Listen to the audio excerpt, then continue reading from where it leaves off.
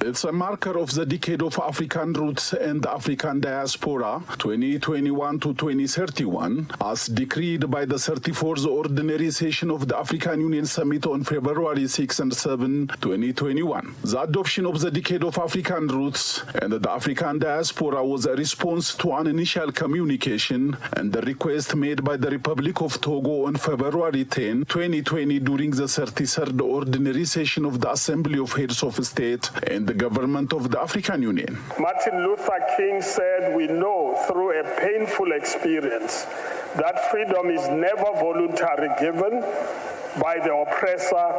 It must be demanded by the oppressed. And you can't get your freedom without doing anything to get it. The apartheid system would never let us be free. The Western powers supported them to oppress us, and we had to fight our way through." So I would like to say the trajectory of Pan-Africanism went through that process. Between 1900 and 1945, there was an expectation that these oppressors, these colonizers, these racists would actually change and understand it. And Du Bois, for me, is a classical example. He went there in 1919, Verzales, at the conference after the war, and expected that because we joined you to fight this war about a free world, that they would get them freed, and it never happened. Second World War happened, and Du Bois also again was in Atlanta, Atlanta, and he actually made representation. He thought, now it's time, because you fought for a free world, and he discovered, no, this is a free world for the oppressors, not for you. And that was a very painful experience. And in Manchester, Du Bois was there again. And I just want to say, Manchester for me is a symbol of a radical change in Pan-Africanism.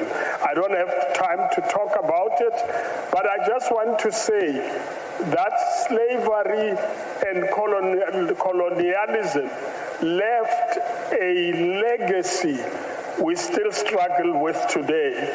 And that's what I would like to deal with in terms of what we do.